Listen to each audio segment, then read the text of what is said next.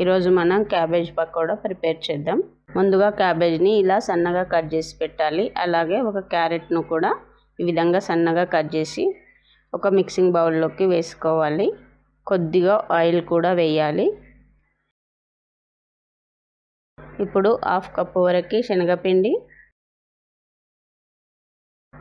1/2 cup వరకు rice flour, 2 tablespoons maida పిండి వేసి ఒకసారి కలపాలి.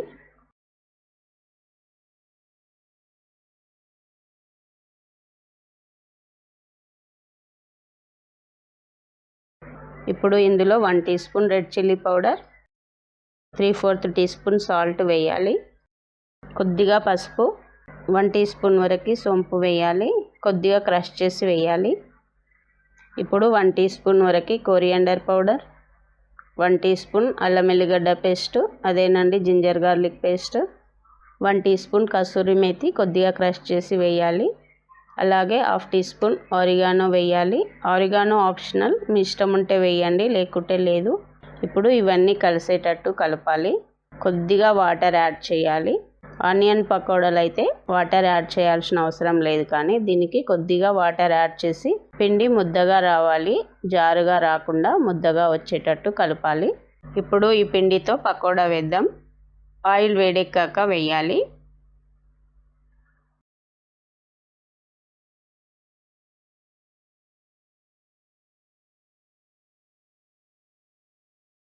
కొద్దిగా ఫ్రై కాగానే ఫ్లిప్ చేయాలి.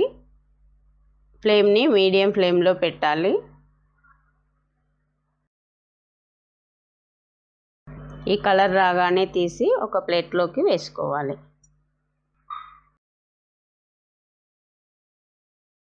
క్యాబేజ్ పకోడా రెడీ అయిందండి. ఈ రెసిపీ కనుక నచ్చితే ఒక లైక్ చేసి నా ఛానల్ని సబ్స్క్రైబ్ చేయడం మర్చిపోకండి. ఇంగ్రీడియంట్స్ డిస్క్రిప్షన్లో ఉంటాయండి. Thanks for watching.